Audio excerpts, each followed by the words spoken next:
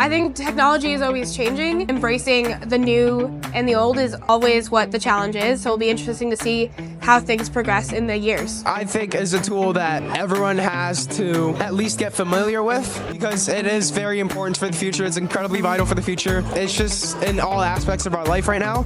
So I think it is very important for people to get to know what it is and to learn more about it. In today's AI, I think competition with other students against them is really well because it helps with teamwork, patience, and most importantly, failing forward. That's a really good important part of AI and robotics. I think that AI is probably going to lead to a lot of robotics like in people's lives. So I think that being comfortable and being excited about robotics is like an advancement for sport here and then for like society in the future. It's cool for them to have that comfort level. We want to get more involved in AI next year with the robots and stuff. I know there's some components out there you can get right now for the VEX Robotics team. So we haven't got into it yet, but I think AI is going to play a big role into the future.